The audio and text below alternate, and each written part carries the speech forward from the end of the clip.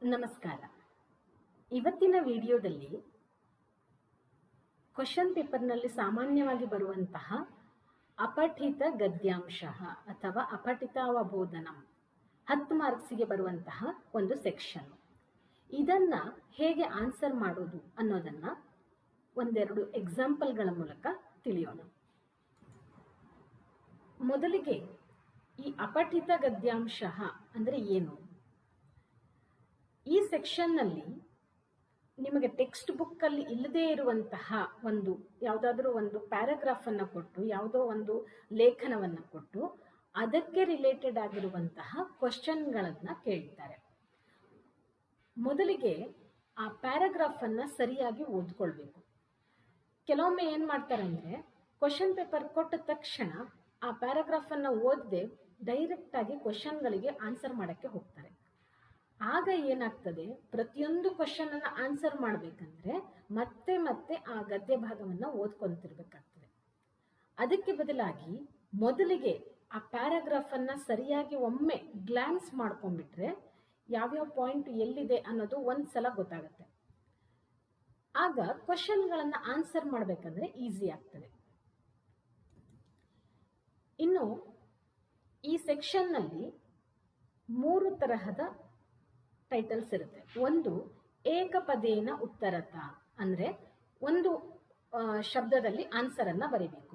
Answer ಆ paragraph ಅಲ್ಲೇ ಇರ್ತದೆ, ಒಂದು ಶಬ್ದದಲ್ಲಿ ಆನ್ಸರ್ ಬರೆದ್ರಾಯ್ತು. ಹಾಗೆ ಪೂರ್ಣವಾಕ್ಯೇನ ಉತ್ತರತ ಅಂತ 2ನೇ ಸೆಕ್ಷನ್. ಅದರಲ್ಲಿ ಏನು, ಇಡೀ ಸೆಂಟೆನ್ಸ್ ಅಲ್ಲಿ ನೀವು ಸೆಂಟೆನ್ಸ್ ರೂಪದಲ್ಲಿ ಆನ್ಸರ್ ಅನ್ನ ಬರಿಬೇಕಾಗ್ತದೆ. ಅದು ಸಹ ಹಾಗೆ ಪ್ಯಾರಾಗ್ರಾಫ್ ಅಲ್ಲಿ ಇರುವಂತಹ ಆನ್ಸರ್ ಅನ್ನೇ ನೀವು ಬರಿಬೇಕಾಗ್ತದೆ. ಇನ್ನು 3ನೇದಾಗಿ ಭಾಷಿಕ ಕಾರ್ಯ ಅಂತ. ಇದು ವ್ಯಾಕರಣದ ರಿಲೇಟೆಡ್, ಗ್ರಾಮರ್ ರಿಲೇಟೆಡ್ ಇರ್ತದೆ. ಸಾಮಾನ್ಯವಾಗಿ ನಿಮಗೆ ಆ ವರ್ಷದ ಸಿಲೆಬಸ್ ಅಲ್ಲಿ ಅಥವಾ ಆ ಪರೀಕ್ಷೆಯ ಪರ್ಟಿಕ್ಯುಲರ್ ಟೆಸ್ಟ್ನ ಸಿಲೆಬಸ್ ಅಲ್ಲಿ ಏನು ಗ್ರಾಮರ್ ಸೆಕ್ಷನ್ ಇದೆ ಅದರ ರಿಲೇಟೆಡ್ ಕ್ವಶನ್ಗಳನ್ನು ಅವರು ಕೇಳಬಹುದು. ಅಥವಾ ನಿಮ್ಗೆ ಆಲ್ರೆಡಿ ಆಗಿರುವಂತಹ ಬೇರೆ ಹಿಂದಿನ ತರಗತಿಗಳಲ್ಲೂ ಆಗಿರುವಂತಹ ವ್ಯಾಕರಣದ ರಿಲೇಟೆಡ್ ಕ್ವಶನ್ಸ್ಗಳನ್ನು ಕೇಳಬಹುದು. ಉದಾಹರಣೆಗೆ ವಿಶೇಷಣ, ಒಂದು ಶಬ್ದವನ್ನು 2 ಶಬ್ದಗಳನ್ನು ಕೊಟ್ಟು ಇದರಲ್ಲಿ ವಿಶೇಷಣ ಯಾವುದು ಅಂತ ಬರೀರಿ ಅಂತ ಕೇಳಬಹುದು. ಅಥವಾ ಕ್ರಿಯಾಪದವನ್ನು ಕೊಟ್ಟು ಅದರ ಲಕಾರವನ್ನು ಬರೀರಿ ಅಂತ ಕೇಳಬಹುದು.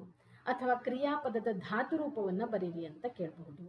ಅಥವಾ ಕ್ರಿಯಾಪದದ ಇಡೀ ಆ ಒಂದು ಪುರುಷದಲ್ಲಿ 3 ವಚನಗಳಲ್ಲಿ ಆ ಶಬ್ದಗಳನ್ನು ಬರೆಯಿರಿ ಅಂತ ಕೇಳಬಹುದು. ಅಥವಾ ವಿಲೋಮ ಪದಗಳನ್ನು ಬರೆಯಿರಿ. ವಿಲೋಮ ಪದ ಅಂದ್ರೆ ಅಪೋಸಿಟ್ ವರ್ಡ್ಸ್, ಅದನ್ನು ಬರೀರಿ ಅಂತ. ಯಾವುದು ಆ ಶಬ್ದವೂ ಸಹ ಅಪಠಿತ ಗದ್ಯಾಂಶ, ಪ್ಯಾರಾಗ್ರಾಫ್ ಅಲ್ಲಿರುವಂತಹ ಶಬ್ದವನ್ನೇ ಕೊಡ್ತಾರೆ, ಅದರ ವಿರುದ್ಧ ಪದವನ್ನ ಬರಿಬೇಕಾಗ್ತದೆ. ಕೆಲವೊಮ್ಮೆ ಅದರ ವಿರುದ್ಧ ಪದನೂ ಸಹ ಆ ಪ್ಯಾರಾಗ್ರಾಫ್ ಅಲ್ಲೇ ಇರ್ತದೆ. ಅಥವಾ ಪರ್ಯಾಯ ಪದವನ್ನ ಬರೆಯಿರಿ. ಪರ್ಯಾಯ ಪದ ಅಂದ್ರೆ ಸಮಾನಾರ್ಥಕ ಪದ, ಮೀನಿಂಗ್ ಅನ್ನ ಬರೆಯುವಂಥದ್ದು, ಅದು ಸಹ ಆ ಪ್ಯಾರಾಗ್ರಾಫ್ ಇಂದಲೇ ಸಿಗ್ತದೆ. ಇನ್ನು ಇಲ್ಲ ವಿಭಕ್ತಿ ಪ್ರತ್ಯಯಗಳನ್ನ ಬರೆಯಿರಿ. ಒಂದು ಶಬ್ದವನ್ನ ಕೊಟ್ಟು ಇದು ಯಾವ ಲಿಂಗದಲ್ಲಿದೆ ಅಂತ ಕೇಳಬಹುದು, ಅಥವಾ ಇದು ಯಾವ ವಿಭಕ್ತಿಯಲ್ಲಿ ಇದೆ ಅಂತ ಕೇಳಬಹುದು. ಅಥವಾ ಈ ವಿಭಕ್ತಿಯಲ್ಲಿರುವಂತಹ ಶಬ್ದವನ್ನ ಕೊಟ್ಟು ಅದರ ಧಾತು ರೂಪವನ್ನ ಬರೆಯಿರಿ ಅಂತ ಕೇಳಬಹುದು. ಈ ರೀತಿಯಾಗಿ ಕೊಡಬಹುದು. ಕೆಲವೊಮ್ಮೆ ಏನಾಗ್ತದೆ, ಆ ಪ್ಯಾರಾಗ್ರಾಫ್ ಅನ್ನುವಂಥದ್ದು ಬೇರೆ ಲಕಾರದಲ್ಲಿ ಇರಬಹುದು. ಆಸೀತ್ ಈ ರೀತಿ ಇದ್ದಾಗ ಭೂತಕಾಲದಲ್ಲಿ ಇರಬಹುದು. ನಿಮಗೆ ಬಹುಶಃ ಆ ಲಕಾರ ಆಗಿಲ್ಲದೆ ಹೋದ್ರೂ ಸಹ ಒಮ್ಮೆ ಗ್ಲಾನ್ಸ್ ಮಾಡಿದಾಗ ಆ ಪ್ಯಾರಾಗ್ರಾಫ್ ಅಲ್ಲಿ ಏನಿದೆ ಒಂದು ರಫ್ ಆಗಿ ಅದರ ಐಡಿಯಾ ಬರ್ತದೆ ನಿಮಗೆ. ಒಂದು ವರ್ಡ್ ಟು ವರ್ಡ್ ನಿಮ್ಗೆ ಅರ್ಥ ಆಗದೆ ಇದ್ರೂ ಸಹ ಒಂದು ರಫ್ ಆಗಿ ಆ ಪ್ಯಾರಾಗ್ರಾಫ್ ಯಾವುದರ ರಿಲೇಟೆಡ್ ಅನ್ನುವಂತಹ ಒಂದು ಕಲ್ಪನೆ ಬರುತ್ತೆ. ಆಮೇಲೆ ಕೆಲವೊಮ್ಮೆ ಇನ್ನೊಂದು ಕ್ವಶನ್ ಕೇಳ್ತಾರೆ, ಶೀರ್ಷಿಕೆಯನ್ನ ಬರೆಯಿರಿ. ಆ ಪರ್ಟಿಕ್ಯುಲರ್ ಗದ್ಯಾಂಶಕ್ಕೆ ಒಂದು ಶೀರ್ಷಿಕೆಯನ್ನ ಸೆಲೆಕ್ಟ್ ಮಾಡಿ ಅಂತ ಹೇಳ್ತಾರೆ. ಅದನ್ನ ನಾವೇ ಸೆಲೆಕ್ಟ್ ಮಾಡಿ ಬರಿಬೇಕು. ಅದಕ್ಕೋಸ್ಕರ ಗದ್ಯಾಂಶವನ್ನ ಚೆನ್ನಾಗಿ ಓದ್ಕೊಂಡ್ರೆ ಒಂದ್ಸಲ, ಆ ಓದ್ಕೊಳ್ಳಿಕ್ಕೆ 1 ನಿಮಿಷ, ಮ್ಯಾಕ್ಸಿಮಮ್ 2 ನಿಮಿಷದಲ್ಲಿ ಓದ್ಕೊಳ್ಬಹುದು. ಶೀರ್ಷಿಕೆಯನ್ನ, ಚೆನ್ನಾಗಿರುವಂತಹ ಒಂದು ಶೀರ್ಷಿಕೆಯನ್ನ ಬರಿಬೇಕಾಗ್ತದೆ. ಈಗ ಇವಿಷ್ಟು ಅಂಶಗಳನ್ನ ಇಟ್ಕೊಂಡು ಒಂದು ಎಕ್ಸಾಂಪಲ್ ಅನ್ನ ತಗೊಂಡು ಯಾವ ರೀತಿಯಲ್ಲಿ ಅದನ್ನ ಆನ್ಸರ್ ಮಾಡೋದು ಅಂತ ನೋಡೋಣ.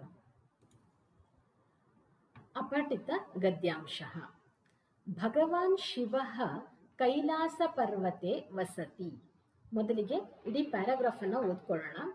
ಭಗವಾನ್ ಶಿವ ಕೈಲಾಸ ಪರ್ವತೆ ವಸತಿ. ಭಗವಾನ್ ಶಿವ ಕೈಲಾಸ ಪರ್ವತದಲ್ಲಿ ವಾಸಿಸುತ್ತಾನೆ. ಸಹ ಸರಳಃ ಕರುಣಾಮಯಃ ಚ ಅಸ್ತಿ. ಅವನು ಸರಳನು ಕರುಣಾಮಯನು ಸಹ ಆಗಿದ್ದಾನೆ. ಸಹ ಭಕ್ತಾನಾಂ ಪ್ರಾರ್ಥನಾಂ ಶೃಣೋತಿ ತಥಾ ತೇಷಾಂ ದುಃಖಂ ನಿವಾರಯತಿ. ಅವನು ಭಕ್ತರ ಪ್ರಾರ್ಥನೆಗಳನ್ನು ಶೃಣೋತಿ ಕೇಳ್ತಾನೆ, ಹಾಗೆ ಅವರ ದುಃಖವನ್ನು ನಿವಾರಿಸುತ್ತಾನೆ. ಏಕದಾ ಏಕಃ ದರಿದ್ರಃ ಭಕ್ತಃ ಶಿವಾಲಯಂ ಗಚ್ಚತಿ. ಒಮ್ಮೆ ಒಬ್ಬ ದರಿದ್ರ ಅಂದರೆ ಬಡವನಾದ ಭಕ್ತ ಶಿವಾಲಯಕ್ಕೆ ಹೋಗುತ್ತಾನೆ. ಸಹ ಶಿವಲಿಂಗಸ್ಯ ಪೂಜಾಂ ಕರೋತಿ.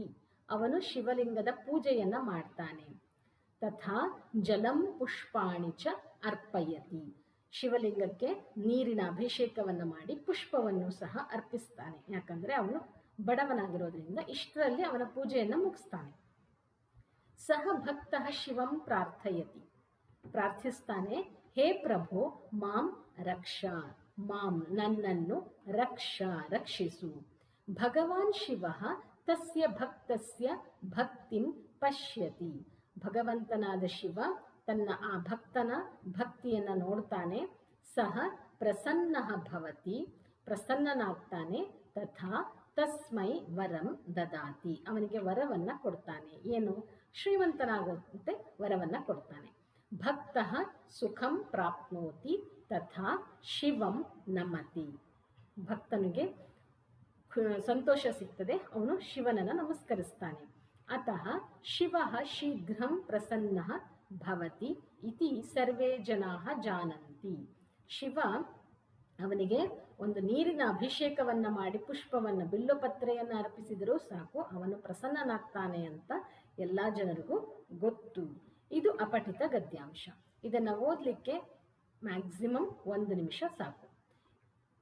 ಈಗ ಇಲ್ಲಿ ಮೊದಲ ಸೆಕ್ಷನ್ನು ಏಕಪದೇನ ಉತ್ತರತ ಅಂತ ಬರ್ತದೆ.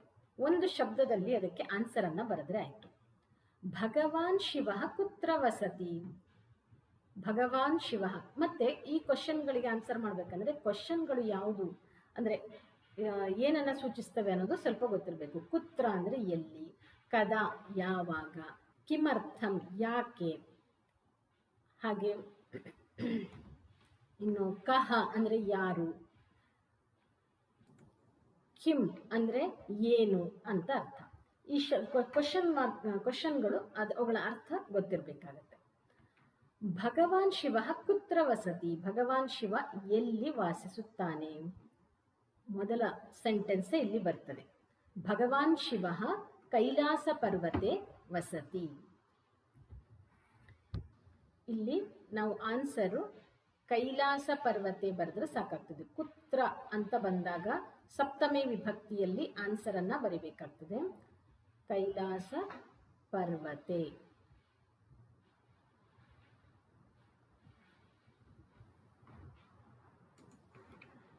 ದರಿದ್ರ ಭಕ್ತ ಕುತ್ರ ಗಚ್ಚತಿ. ವಾಪಸ್ ಕ್ವಶನು ಕುತ್ರ. ದರಿದ್ರ ಭಕ್ತನು ಬಡವ ಭಕ್ತ ಕುತ್ರ ಎಲ್ಲಿಗೆ ಹೋಗ್ತಾನೆ? ಏಕದಾ ಏಕಃ ದರಿದ್ರ ಭಕ್ತ ಶಿವಾಲಯಂ ಗಚ್ಚತಿ. ಇಷ್ಟೆಲ್ಲ ಬರೆಯೋದು ಬೇಡ, ಶಿವಾಲಯಂ ಎನ್ನೋದು ಆನ್ಸರ್ ಆಗ್ತದೆ. ಇದು ಆನ್ಸರು ಏಕಪದೇನ, ಅದರಿಂದ ಶಿವಾಲಯಂ.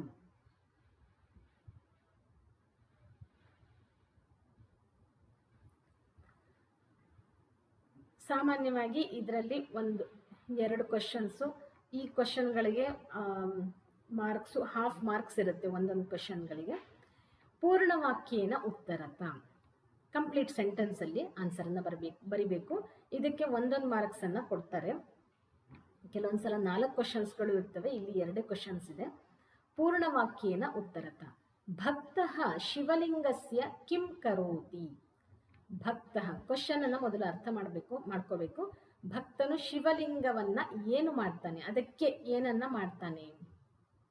ಶಿವಲಿಂಗಸ್ಯ ಪೂಜಾಂ ಕರೋತಿ.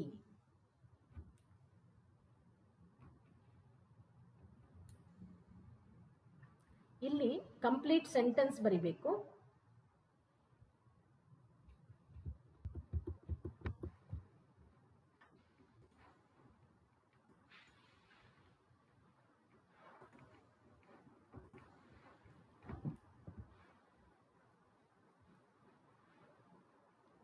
ಭಕ್ತಃ ಶಿವಲಿಂಗಸ್ಯ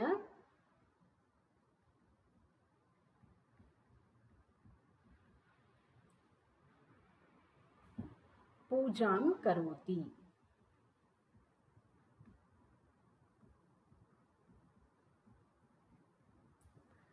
ಭಗವಾನ್ ಶಿವಃ ಭಕ್ತಂ ಕಿಂ ದದಾತಿ, ಕೊನೆಯಲ್ಲಿ ಬರ್ತದೆ ಭಗವಾನ್ ಶಿವಃ, ಇಲ್ಲಿ ಭಕ್ತಿಂ ಪಶ್ಯತಿ ಪ್ರಸನ್ನಃ ಭವತಿ ತಸ್ಮೈ ವರಂ ದದಾತಿ, ಇಷ್ಟು ಬರೆದ್ರೆ ಸಾಕು.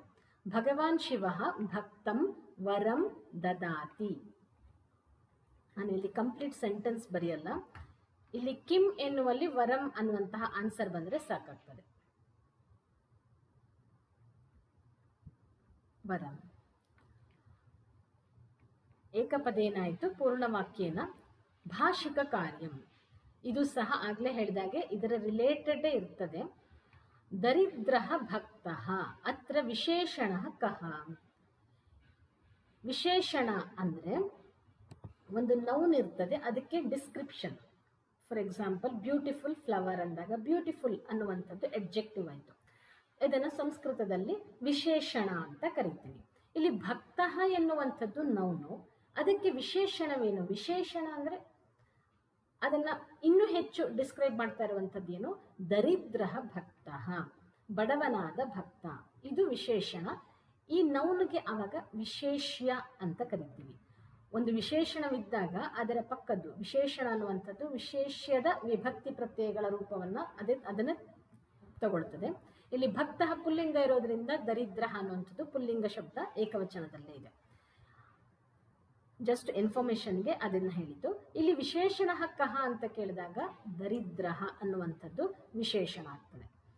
ದುಃಖಂ ಶಬ್ದಸ್ಯ ವಿಲೋಮ ಶಬ್ದಂ ಕಿಂ.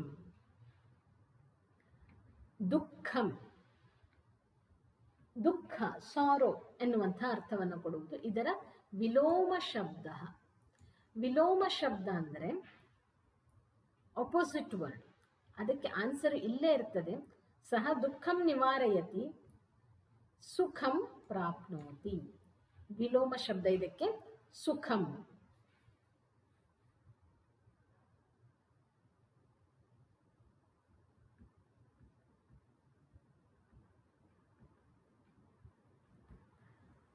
ರಕ್ಷ ಶಬ್ದಸ್ಯ ಲಕಾರಃ ಪುರುಷ ವಚನಂ ಚ ಲಿಖತ. ಇಲ್ಲಿ ರಕ್ಷ ಅನ್ನೋದು ಇಲ್ಲಿ ಬಂದಿದೆ. ಮಾಂ ರಕ್ಷ, ನನ್ನನ್ನು ರಕ್ಷಿಸು. ರಕ್ಷ ಅನ್ನುವಂಥದ್ದು ಇದು ಲೋಟ್ಲಕಾರದಲ್ಲಿದೆ. ಲೋಟ್ಲಕಾರ ಅಂದರೆ ರಿಕ್ವೆಸ್ಟ್ ಮಾಡುವಂಥದ್ದು ಅಥವಾ ಆರ್ಡರ್ ಮಾಡುವಂಥದ್ದು. ಇದು ಭಾವಸೂಚಕ ಲಕಾರ ಅಂತ ಹೇಳ್ತೀವಿ. ಇದು ಲೋಟ್ಲಕಾರದಲ್ಲಿದೆ. ಯಾವ ಪುರುಷದಲ್ಲಿದೆ? ಲೋಟ್ಲಕಾರದ ಮಧ್ಯಮ ಪುರುಷ. ಲೋಟ್ಲಕಾರದ ಟೇಬಲ್ ಏನಾಗ್ತದೆ? ರಕ್ಷತು ರಕ್ಷತಾಂ ರಕ್ಷಂತು, ರಕ್ಷ ರಕ್ಷತಂ ರಕ್ಷತ, ರಕ್ಷಾನಿ ರಕ್ಷಾವ ರಕ್ಷಾಮ ಅಂತ ಆಗ್ತದೆ. ಆದ್ದರಿಂದ ಇದು ಮಧ್ಯಮ ಪುರುಷದಲ್ಲಿ ಬರ್ತದೆ, ಏಕವಚನ. ಆದ್ದರಿಂದ ಆನ್ಸರು ಇದಕ್ಕೆ ಲೋಟ್ಲಕಾರ ಮಧ್ಯಮ ಪುರುಷ ಏಕವಚನ.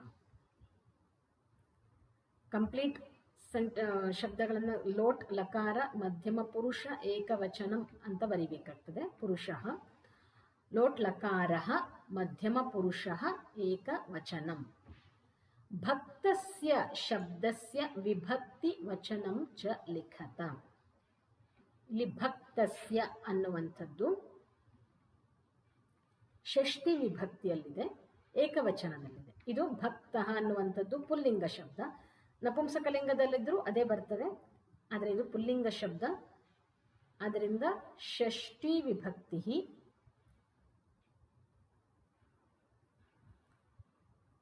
ಏಕವಚನ. ಆಗಲೇ ಹೇಳಿದಾಗೆ ಇಲ್ಲಿ ವಚನಂ ಅಂತ ಕಂಪ್ಲೀಟ್ ಬರಿಬೇಕಾಗ್ತದೆ. ಷಷ್ಠಿ ವಿಭಕ್ತಿ ಏಕವಚನ. ಗಚ್ಚತಿ ಶಬ್ದಸ್ಯ ಧಾತುಃ ಕಃ? ಧಾತುಃ ಅಂದರೆ ಆ ಕ್ರಿಯಾಪದದ ಮೂಲ ರೂಪ. ಗಚ್ಚತಿ ಶಬ್ದದ ಧಾತು ಗಮ್.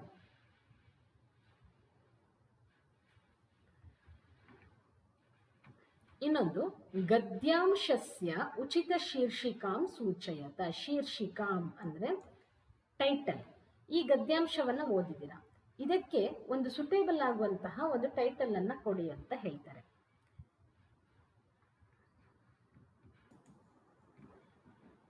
ಇದಕ್ಕೆ ಯಾವ ರೀತಿ ಟೈಟಲ್ ಅನ್ನ ಕೊಡಬಹುದು? ಭಗವಾನ್ ಶಿವ ಅಂತನೂ ಒಂದು ಟೈಟಲ್ ಕೊಡಬಹುದು. ಇಲ್ಲ, ಇಲ್ಲಿ ಈ ಕಥೆಯಲ್ಲಿ ಏನಾಗ್ತದೆ, ಭಕ್ತ ಕೊಟ್ಟಿರುವಂತಹ ಒಂದು ಅಭಿಷೇಕವನ್ನ ಮಾಡಿ ಪುಷ್ಪವನ್ನ ಅರ್ಪಿಸಿದ್ದಕ್ಕಷ್ಟೇ ಅವನಿಗೆ ವರವನ್ನ ಕೊಟ್ಟ ಅಂತ ಹೇಳಿದ್ರೆ ಕರುಣಾಮಯ ಶಿವ ಅಂತನೂ ಬರಿಬಹುದು.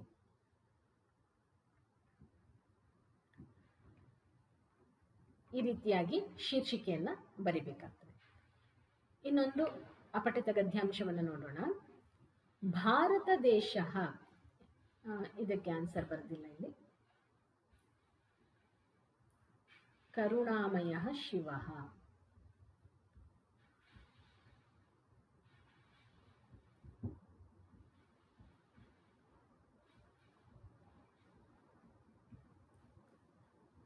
ಅಥವಾ ಇಲ್ಲಿ ಕೆಲವೊಂದು ಯಾವುದಾದ್ರೂ ಒಂದು ಕಥೆ ಕೊಟ್ಟಿದ್ರೆ, ಶಶಕ ಮೊಲದ್ದೇನೋ ಕಥೆ ಕೊಟ್ಟಿದ್ದಾರೆ, ಆವಾಗ ಶಶಕಸ್ಯ ಕಥಾ ಅಂತ ಬರೀಬಹುದು. ಈ ರೀತಿಯಾಗಿ ಶೀರ್ಷಿಕೆಯನ್ನ ಬರಿಬೇಕಾಗ್ತದೆ.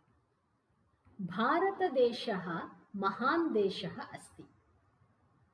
ಅಸ್ಯ ದೇಶಸ್ಯ ಗಣತಂತ್ರ ದಿವಸಃ ಪ್ರತಿವರ್ಷಂ ಜನವರಿ ಮಾಸಸ್ಯ 26ನೇ ದಿನೇ ಆಚರ್ಯತೆ. ಇದು ಗಣತಂತ್ರ ದಿವಸದ ಬಗ್ಗೆ ಹೇಳ್ತಾ ಇದ್ದಾರೆ. ಭಾರತ ದೇಶ ಮಹಾನ್ ದೇಶ, ಅಸ್ಯ ದೇಶಸ್ಯ ಈ ದೇಶದ ಗಣತಂತ್ರ ದಿವಸ ಅನ್ನುವಂಥದ್ದು ಪ್ರತಿ ವರ್ಷ, ಗಣತಂತ್ರ ದಿವಸ ರಿಪಬ್ಲಿಕ್ ಡೇ ಪ್ರತಿ ವರ್ಷ ಜನವರಿ ಮಾಸ, ಜನವರಿ ತಿಂಗಳಿನ 26ನೇ ತಾರೀಕಿಗೆ ಆಚರಿಸ್ತೇವೆ. ಅಸ್ಮಿನ್ ದಿನೇ ಭಾರತಸ್ಯ ಸಂವಿಧಾನಂ ಪ್ರವೃತ್ತಂ ಅಭವತ್. ಈ ದಿನ ಯಾಕೆ ಅದನ್ನು ಸಂಭ್ರಮಿಸ್ತೇವೆ ಅಂದರೆ ಭಾರತದ ಸಂವಿಧಾನ ಪ್ರವೃತ್ತಿಯಾಯಿತು. ಸಂವಿಧಾನಂ ದೇಶಸ್ಯ ಸರ್ವೋಚ್ಚಂ ವಿಧಾನಂ ಅಸ್ತಿ. ಸಂವಿಧಾನವು ದೇಶದ ಸರ್ವೋಚ್ಚ ವಿಧಾನವಾಗಿದೆ. ಗಣತಂತ್ರ ದಿವಸೆ ಸರ್ವೇ ನಾಗರಿಕಾಃ ರಾಷ್ಟ್ರಧ್ವಜಂ ನಮಂತಿ. ಗಣತಂತ್ರ ದಿವಸದಲ್ಲಿ ಎಲ್ಲರೂ ನಾಗರಿಕರು ಅಂದರೆ ಪ್ರಜೆಗಳು, ಸಿಟಿಸನ್ಸ್, ರಾಷ್ಟ್ರಧ್ವಜಕ್ಕೆ ನಮಸ್ಕಾರವನ್ನ ಮಾಡ್ತಾರೆ. ವಿದ್ಯಾಲಯೇಷು ಸಭಾಃ ಭವಂತಿ. ಸ್ಕೂಲ್ಗಳಲ್ಲಿ ಸಭೆಗಳು ಎಲ್ಲ ನಡೀತವೆ. ಛಾತ್ರಾಃ ದೇಶಭಕ್ತಿ ಗೀತಾನಿ ಗಾಯಂತಿ. ಸ್ಟೂಡೆಂಟ್ಸು ದೇಶಭಕ್ತಿ ಗೀತೆಗಳನ್ನು ಹಾಡ್ತಾರೆ. ರಾಜಧಾನಿ ದಿಲ್ಯಾಂ ಭವ್ಯಂ ಸೈನಿಕ ಪರೇಡ್ ಆಯೋಜನಂ ಭವತಿ. ಭಾರತದ ರಾಜಧಾನಿ ಡೆಲ್ಲಿಯಲ್ಲಿ ಭವ್ಯವಾದ ಸೈನಿಕ ಪರೇಡ್ ಆಯೋಜಿಸಲ್ಪಡ್ತದೆ. ಅಸ್ಮಿನ್ ದಿನೇ ವಯಂ ಸರ್ವೇ ದೇಶಸ್ಯ ಏಕತಾಂ ಸ್ವತಂತ್ರತಾಂ ಚ ಸ್ಮರಾಮಃ. ಈ ದಿವಸದಲ್ಲಿ ನಾವು ಎಲ್ಲರೂ ನಮ್ಮ ದೇಶದ ಏಕತೆ, ವಿವಿಧತೆಯಲ್ಲಿ ಏಕತೆ, ಅದನ್ನು ಹಾಗೆ ಸ್ವಾತಂತ್ರ್ಯವನ್ನು ಸಹ ನಾವು ಸ್ಮರಿಸಿಕೊಳ್ತೇವೆ. ಇವಿಷ್ಟು ಪ್ಯಾರಾಗ್ರಾಫ್ ಅಲ್ಲಿರುವಂಥದ್ದು. ಇದಕ್ಕೆ ರಿಲೇಟೆಡ್ ಕ್ವಶನ್ಸ್ ಏನಿದೆ? ಏಕಪದೇನ ಉತ್ತರತ. ಭಾರತಸ್ಯ ಗಣತಂತ್ರ ದಿವಸ ಕಸ್ಮಿನ್ ಮಾಸೆ ಆಚರ್ಯತೆ. ಕಸ್ಮಿನ್ ಅಂತ ಬಂದಾಗ ಇದು ಸಪ್ತಮಿ ವಿಭಕ್ತಿಯಲ್ಲಿರುವಂತಹ ಕ್ವಶನ್. ಆನ್ಸರು ಸಹ ಸಪ್ತಮಿ ವಿಭಕ್ತಿಗೆ ಬರುತ್ತೆ. ಮಾಸ ಅಂದರೆ ಮಂತ್ ಅಂತ ಅರ್ಥ. ಆದ್ದರಿಂದ ಇಲ್ಲಿ ಬರೀ ಮಂತ್ ಹೆಸರು ಬರೆದ್ರೆ ಸಾಕಾಗ್ತದೆ. ಕಸ್ಮಿನ್ ಮಾಸೆ, ಜನವರಿ ಮಾಸೆ ಅಂತ ಬರೆದ್ರೆ ಸಾಕು.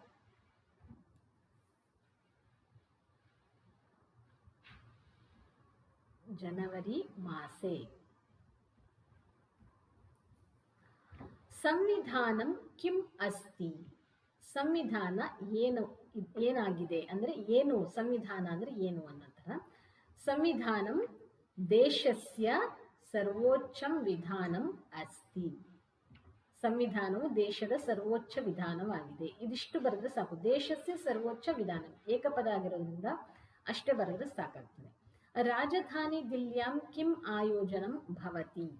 ರಾಜಧಾನಿ ಡೆಲ್ಲಿಯಲ್ಲಿ ಏನು? ಇಲ್ಲಿ ಸೈನಿಕ ಪರೇಡ್ ಅನ್ನುವಂಥದ್ದು ಆನ್ಸರ್. ದೇಶಸ್ಯ ಸರ್ವೋಚ್ಚ ವಿಧಾನಂ ಸೆಕೆಂಡ್ ಒನ್ನಿಗೆ ಇಲ್ಲಿಗೆ ಸೈನಿಕ ಪರೇಡ್.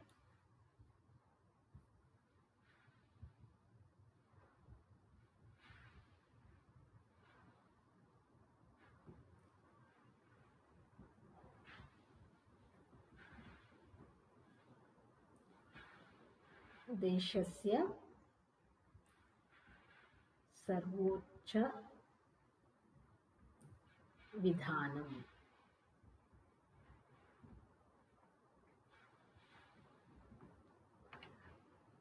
ಪೂರ್ಣವಾಕ್ಯೇನ ಉತ್ತರತ. ಗಣತಂತ್ರ ದಿವಸ ಕದಾ ಆಚರ್ಯತೆ. ಕದಾ ಅಂದ್ರೆ ಯಾವಾಗ, ಇದಕ್ಕೂ ಸಹ ಸಪ್ತಮಿ ವಿಭಕ್ತಿ ಬರ್ತದೆ. ಕುತ್ರ ಅದು ಸಪ್ತಮಿ ವಿಭಕ್ತಿಯಲ್ಲಿ ಹೋಗ್ತದೆ. ಕಸ್ಮಿನ್ ಅನ್ನೋದು ಸಪ್ತಮಿ ವಿಭಕ್ತಿ, ಕದಾ ಅನ್ನೋದು ಸಪ್ತಮಿ ವಿಭಕ್ತಿ ಹೋಗ್ತದೆ. ಇಲ್ಲಿ ಕಸ್ಮಿನ್ ಮಾಸೆ ಅಂದಾಗ ಬರೀ ಜನವರಿ ಮಾಸ ಬರೆದ್ವಿ, ಇಲ್ಲಿ ಕದಾ ಅಂದಾಗ ಇಡೀ ಇದನ್ನ ಬರಿಬೇಕಾಗ್ತದೆ. ಗಣತಂತ್ರ ದಿವಸ ಪ್ರತಿವರ್ಷಂ ಜನವರಿ ಮಾಸಸ್ಯ ಷಡ್ವಿಂಶತಿತಮೇ ದಿನೆ ಆಚರ್ಯತೆ. ಇದಿಷ್ಟು ಬರಿಬೇಕಾಗ್ತದೆ. ಇಲ್ಲಿಂದ ಇಲ್ಲಿ ತನಕ ಆನ್ಸರ್ನ ಬರಿಬೇಕಾಗ್ತದೆ. ವಿದ್ಯಾಲಯೇಷು ಗಣತಂತ್ರ ದಿವಸೆ ಕಿಂ ಕುರ್ವಂತಿ ಛಾತ್ರಾಃ. ವಿದ್ಯಾಲಯಗಳಲ್ಲಿ ಸ್ಕೂಲ್ಗಳಲ್ಲಿ ಗಣತಂತ್ರ ದಿವಸದಂದು ಛಾತ್ರಾಃ ಕಿಂ ಕುರ್ವಂತಿ, ಸ್ಟೂಡೆಂಟ್ಸ್ಗಳು ಏನ್ ಮಾಡ್ತಾರೆ? ಕಿಂ ಏನನ್ನು, ಇಲ್ಲಿ ಇದನ್ನ ಆನ್ಸರ್ ಬರಿಬೇಕಾಗ್ತದೆ. ವಿದ್ಯಾಲಯೇಷು ಗಣತಂತ್ರ ದಿವಸೆ,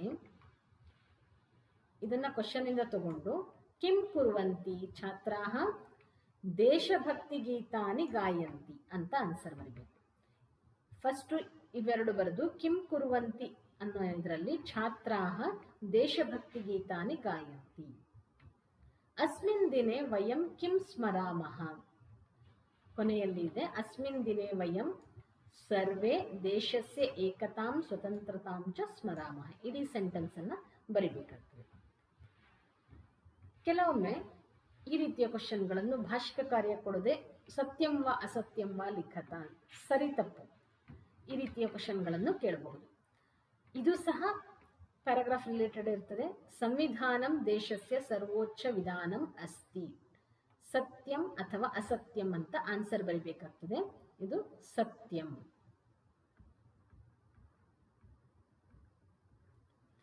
ಗಣತಂತ್ರ ದಿವಸ ಜುಲೈ ಮಾಸೆ ಆಚರ್ಯತೆ. ಅಸತ್ಯಂ.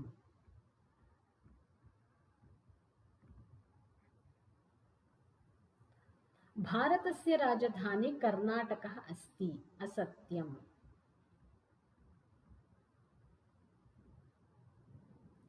ಭಾರತ ದೇಶ ಏಷ್ಯಾ ಖಂಡೆ ಅಸ್ತಿ. ಸತ್ಯಂ. ಈ ರೀತಿಯ ಕ್ವಶನ್ಗಳು ಬರುವ ಸಾಧ್ಯತೆ ಇರ್ತದೆ. ಈಗ ಇದಕ್ಕೆ ಒಂದು ಶೀರ್ಷಿಕೆಯನ್ನ ಕೊಡಿ ಅಂತ ಕೇಳಬಹುದು. ಇದಕ್ಕೆ ಏನಂತ ಶೀರ್ಷಿಕೆಯನ್ನ ಕೊಡಬಹುದು? ಗಣತಂತ್ರ ದಿವಸ ಅಂತ ಸಿಂಪಲ್ ಆಗಿ ಶೀರ್ಷಿಕೆಯನ್ನ ಕೊಡಬಹುದು. ಅಥವಾ ಭಾರತ ದೇಶಸ್ಯ ಗಣತಂತ್ರ ದಿವಸ, ಈ ರೀತಿ ಶೀರ್ಷಿಕೆಯನ್ನ ಕೊಡಬಹುದು. ಇಲ್ಲ ಗಣತಂತ್ರ ದಿವಸಸ್ಯ ಆಚರಣಂ, ಗಣತಂತ್ರ ದಿವಸ ಆಚರಣಂ ಅಂತ ಕೊಡಬಹುದು. ನೆಕ್ಸ್ಟ್ ಇನ್ನೊಂದು ಪ್ಯಾರಾಗ್ರಾಫ್ ಇದೆ ಇಲ್ಲಿ. ವನಸ್ಯ ಮಧ್ಯೆ ಏಕ ವಿಶಾಲ ವಟವೃಕ್ಷ ಆಸೀತ್. ವನದ ಮಧ್ಯದಲ್ಲಿ, ಕಾಡಿನ ಮಧ್ಯದಲ್ಲಿ ಒಂದು ವಿಶಾಲವಾದ ವಟವೃಕ್ಷ, ಬ್ಯಾನಿಯನ್ ಟ್ರೀ ಇತ್ತು, ಆಲದ ಮರ ಇತ್ತು. ತಸ್ಯ ಇತ್ತು, ಆಸೀತ್ ಅನ್ನುವಂಥದ್ದು ಭೂತಕಾಲದಲ್ಲಿದೆ, ಲಂಗ್ ಲಕಾರ ಅಂತ ಕರಿತೀವಿ. ತಸ್ಯ ಛಾಯಾಯಾಂ ಬಹವಃ ಪಶವಃ ವಿಶ್ರಾಂತಿಂ ಲಭಂತಿ ಸ್ಮ. ಅದರ ಛಾಯೆ, ನೆರಳಿನಲ್ಲಿ ಬಹವಃ ಪಶವಃ, ತುಂಬ ಪಶುಗಳು ಅಂದರೆ ಪಕ್ಷಿ, ಎಲ್ಲವೂ ಪ್ರಾಣಿಗಳು ವಿಶ್ರಾಂತಿಂ ಲಭಂತಿ ಸ್ಮ, ವಿಶ್ರಾಂತಿಯನ್ನ ಪಡಿತಾ ಇತ್ತು. ಗ್ರಾಮವಾಸಿನಃ ಅಪಿ ತಸ್ಯ ಸಮೀಪೆ ಉಪವಿಶ್ಯ ವಿಶ್ರಾಂತಿಂ ಕುರುವಂತಿ ಸ್ವಕಥಾಃ ಅಪಿ ಪರಸ್ಪರಂ ವದಂತಿ ಸ್ಮ. ಗ್ರಾಮವಾಸಿನಃ ಅಂದರೆ ಹಳ್ಳಿಯ ಜನರು ಕೂಡ ಅಪಿ ತಸ್ಯ ಸಮೀಪೆ, ಅದರ ಸಮೀಪದಲ್ಲಿ, ಆ ಮರದ ಸಮೀಪದಲ್ಲಿ ಕೂತ್ಕೊಂಡು, ಛಾಯೆಯಲ್ಲಿ ಕೂತ್ಕೊಂಡು ವಿಶ್ರಾಂತಿಯನ್ನು ಪಡಿತಾ ಇದ್ರು. ಹಾಗೆ ಪರಸ್ಪರ ಚಿಟ್ ಚಾಟ್ ಮಾಡೋದು, ತಮ್ಮ ಕಥೆಗಳನ್ನು, ತಮ್ಮ ತಮ್ಮ ಮನೆ ವಿಷಯಗಳನ್ನು ಹೇಳ್ಕೊತಾ ಇದ್ರು. ವೃಕ್ಷಸ್ಯ ಪಲ್ಲವಾಹ ಶೀತಲ ಪವನಂ ಜನಯಂತಿ. ವೃಕ್ಷದ ಪಲ್ಲವಗಳು ಅಂದರೆ ಬಳ್ಳಿಗಳು ಅಂತಲೂ ಹೇಳಬಹುದು, ಎಲೆಗಳು ಅಂತಲೂ ಹೇಳ್ಬಹುದು. ಶೀತಲ ಪವನಂ, ಒಂದು ತಂಪಾದ ಗಾಳಿಯನ್ನ ಕೊಡ್ತಾ ಇದ್ರು. ಫಲಾನಿತು ಪಕ್ಷಿಭ್ಯ ಪೋಷಣಂ ದದತಿ.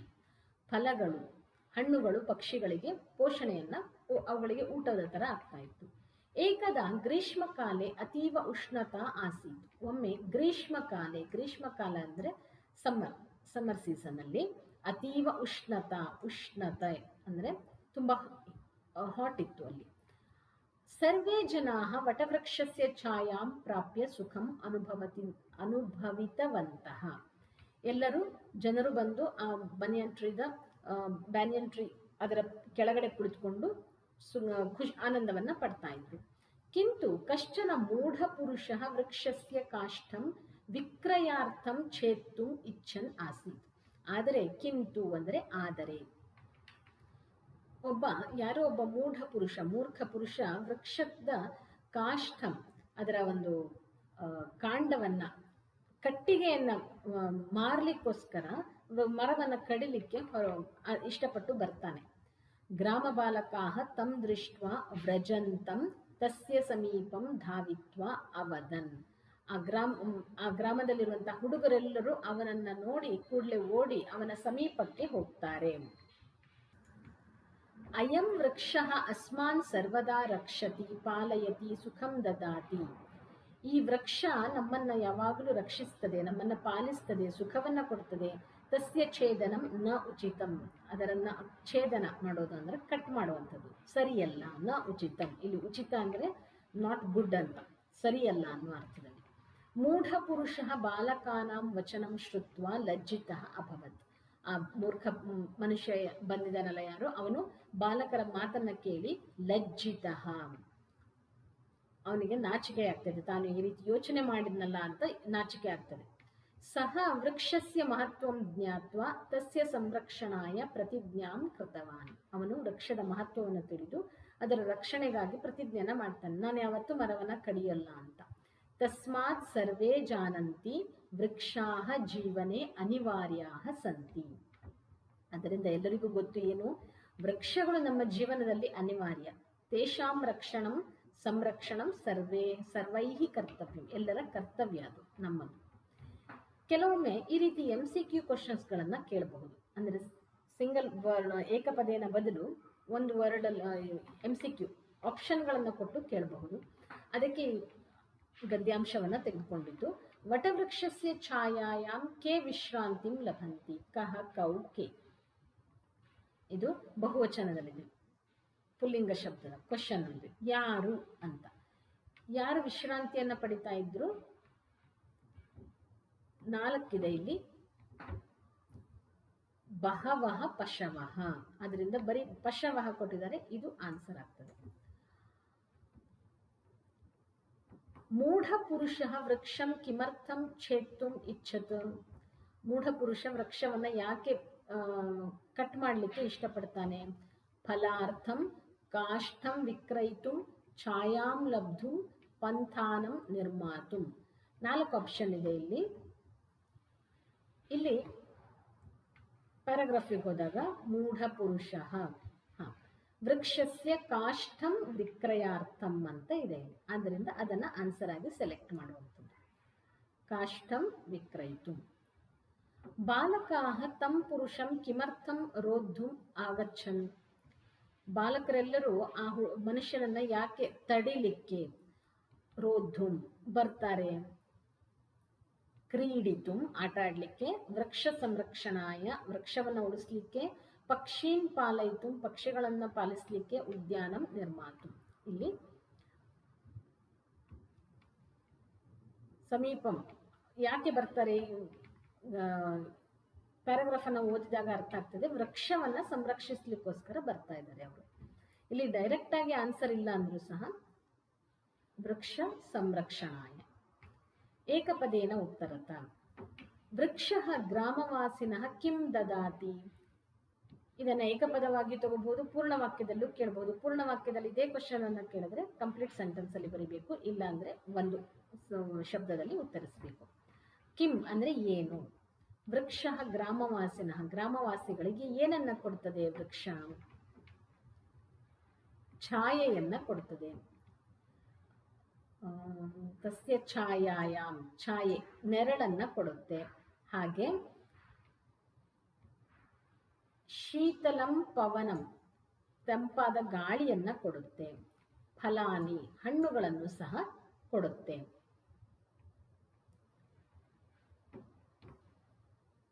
ಗ್ರೀಷ್ಮಕಾಲೆ ಜನಾಃ ಕಿಂ ಅನುಭವಿತವಂತಹ. ಸೆಕೆಗಾಲದಲ್ಲಿ ಜನರು ಏನನ್ನ ಮಾಡ್ತಾ ಇದ್ರು? ಇಲ್ಲಿ ಛಾಯಾಂ ಪ್ರಾಪ್ಯ ಸುಖಂ ಅನುಭವಿತವಂತಹ. ವಟವೃಕ್ಷಸ್ಯ ಛಾಯಾಂ ಪ್ರಾಪ್ಯ ಸುಖಂ ಅನುಭವಿತವಂತಹ. ಇದಿಷ್ಟು ಆನ್ಸರ್ ಆಗ್ತದೆ. ಮೂಢ ಪುರುಷ ಕಿಂ ಪ್ರತಿಜ್ಞಾಂ ಕೃತವಾನ್. ಇದು ಏಕಪದೇನ ಅನ್ನೋದಕ್ಕಿಂತ ಪೂರ್ಣ ವಾಕ್ಯಕ್ಕೆ ಸರಿಯಾಗ್ತದೆ ಈ ಕ್ವಶನ್ಗಳು. ಮೂಢ ಪುರುಷ ಕಿಂ ಪ್ರತಿಜ್ಞಾಂ ಕೃತವಾನ್. ಮೂಢ ಪುರುಷ ತಸ್ಯ ಸಂರಕ್ಷಣಾಯ ಅಂತ ಇದೆ ಇಲ್ಲಿ ತಸ್ಯ ಅಂದ್ರೆ ವೃಕ್ಷ, ವೃಕ್ಷಸ್ಯ ಸಂರಕ್ಷಣಾಯ ಪ್ರತಿಜ್ಞಾಂ ಕೃತವಾನ್. ಇಷ್ಟೇ ಆನ್ಸರ್ ಬರೆದ್ರೆ ಸಾಕು. ತಸ್ಯ ಬದಲು ವೃಕ್ಷಸ್ಯ ಅಂತ ಬರಿಬೇಕು. ಅದನ್ನು ಡೈರೆಕ್ಟ್ ಆಗಿ ತಸ್ಯ ಸಂರಕ್ಷಣಾಯ ಬರಿಬಾರ್ದು. ವೃಕ್ಷಸ್ಯ ಸಂರಕ್ಷಣಾಯ ಪ್ರತಿಜ್ಞಾಂ ಕೃತವಾನ್. ಭಾಷಿಕ ಕಾರ್ಯ. ವೃಕ್ಷಸ್ಯ ಪಲ್ಲವಾಹ. ಪಲ್ಲವಾಹ ಇತಿ ಪದಸ್ಯ ವಚನಂ ಕಿಂ. ಪಲ್ಲವಾಹ ಇದರ ಶಬ್ದದ ವಚನ ಏನು? ಮೊದಲಿಗೆ ಆ ಪಲ್ಲವಾಹ ಅನ್ನುವಂಥದ್ದು ಯಾವ ಲಿಂಗದಲ್ಲಿದೆ ಅನ್ನುವಂಥದ್ದು ಗೊತ್ತಿರಬೇಕು ನಮಗೆ. ಪಲ್ಲವಹ ಅನ್ನುವಂಥದ್ದು ಪುಲ್ಲಿಂಗ ಶಬ್ದ, ಆದ್ದರಿಂದ ಪಲ್ಲವಾಹ ಬಹುವಚನದಲ್ಲಿದೆ. ಪಲ್ಲವಹ, ಪಲ್ಲವವು, ಪಲ್ಲವಾಹ ಬಹುವಚನ. ಶೀತಲ ಪವನಂ ಇತ್ಯತ್ರ ವಿಶೇಷ್ಯಂ ಕಿಂ. ಆಗ್ಲೇ ಹೇಳಿದಾಗೆ ನೌನ ವಿಶೇಷ್ಯ ಆಗ್ತದೆ, ಅದನ್ನ ಡಿಸ್ಕ್ರೈಬ್ ಮಾಡುವಂಥದ್ದು ವಿಶೇಷಣ. ಇಲ್ಲಿ ಇದು ವಿಶೇಷಣ, ಇದು ವಿಶೇಷ್ಯ. ವಿಶೇಷ್ಯ ಏನಂತ ಕೇಳಿದರೆ, ಆದ್ದರಿಂದ ಪವನಂ ಅನ್ನುವಂಥದ್ದು ವಿಶೇಷ್ಯ.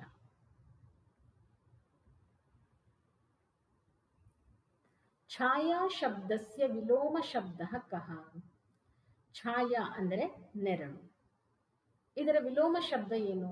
ಬಿಸಿಲು, ಆತಪಃ.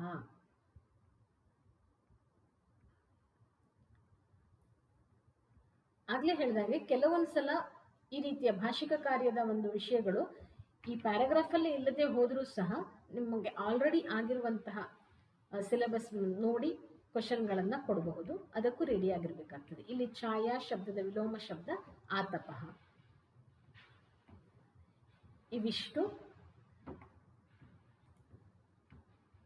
ಅನ್ಸಿನ್ ಪ್ಯಾಸೇಜಸ್ ಅಥವಾ ಅಪಠಿತ ಗದ್ಯಾಂಶ, ಇದರ ಬಗ್ಗೆ ಇರುವಂತಹ ಕೆಲವೊಂದು ಎಕ್ಸಾಂಪಲ್ಗಳು, ಯಾವ ರೀತಿಯಲ್ಲಿ ಎಕ್ಸಾಮ್ ಅಲ್ಲಿ ಬರಿಬಹುದು ಅಂತ ತಿಳಿಸ್ಕೊಟ್ಟಿದ್ದೇನೆ. ಈ ವಿಡಿಯೋ ಇಷ್ಟ ಆಗಿದ್ರೆ ಲೈಕ್ ಮಾಡಿ, ಹಾಗೆ ಶೇರ್ ಮಾಡಿ.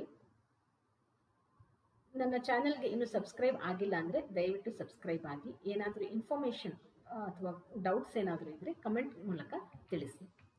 ಮುಂದಿನ ವಿಡಿಯೋದಲ್ಲಿ ಮತ್ತೆ ಸಿಗೋಣ. ಧನ್ಯವಾದ.